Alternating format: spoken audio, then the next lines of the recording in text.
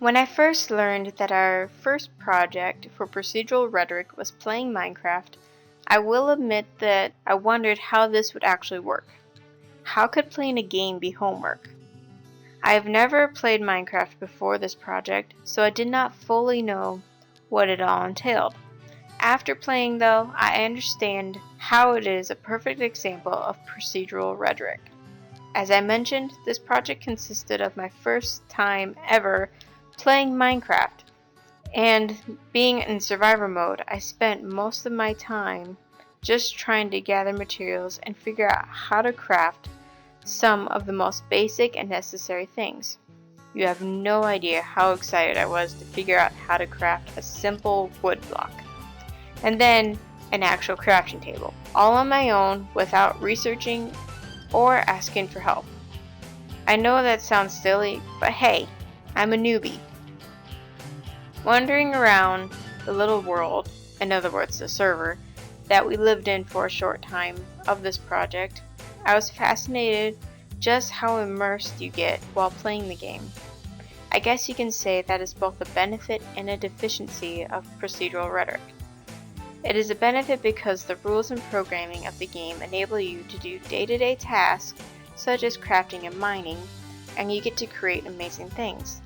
The deficiency is that you can get so engrossed into the game, you neglect real-life tasks. But I guess that's how it can be with a lot of games. I will admit that I did get immersed into the game. I had fun exploring and finding where I wanted to build my simple little house. Once I found my spot, I started gathering supplies to build it. With my limited knowledge, I was able to build a neat little floating house which had all the basics: a roof, a door, crafting table, furnace, and even a chest and a bed. Aside from that, I did not have much else, but I wanted to do more with my plot of land. I wanted to make more. That is when I started wandering around my area and looking for different materials and inspiration. This process did not exactly work out the best for me. I got lost. A lot. I would like to blame the fact that I got turned around while mining underground, but I know that's no excuse. If I was smart, I would have figured out how to look up the coordinates of where my house was and then use that as a guide to get back. But no, I did not do that because I was a silly newbie. For me, that is another example of a deficiency of the procedural rhetoric of Minecraft. Unless you know what you are doing or research outside of the game, you cannot always know how to do something or find something within the game. But this may not be the same for others who completed this project. When I did make it back to my house after the last time I got lost, I decided it was best for me not to wander too far from home. I ended up remodeling my house into a sort of castle with a basement that had an enlightenment room, which is essentially just a study and a workshop, and a bedroom. I even made the house homier by decorating with paintings and adding a jukebox, though I'll admit that this was added during creative mode. After finishing my castle, I made a greenhouse that was attached to the castle.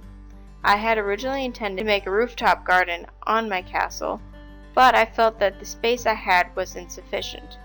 Plus, when creative mode was enabled, I could make a more elaborate and exquisite greenhouse with a micro waterfall as the water source and stained glass windows.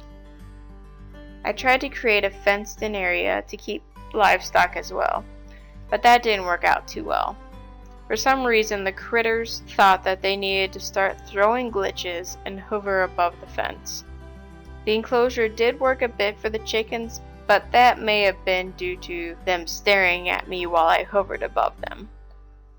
This experience of building a greenhouse and enclosure for livestock is another example of a benefit of procedural rhetoric within the project. It got me thinking of what it takes to survive, and it encouraged me to put more time and effort into the project to make what I needed. The deficiency that came out of this experience was dealing with the livestock. Unless you enclose them into a room or a pit, which I very well could have done instead, you cannot really control them. This is not a terrible flaw, but it is confusing when you have a horse hovering where they shouldn't be. Overall, it was a fun project to do.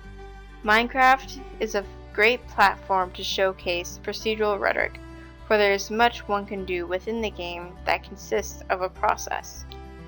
Whether one notices or not, you go through a process designed and ruled by the game, and it teaches you more than you would think.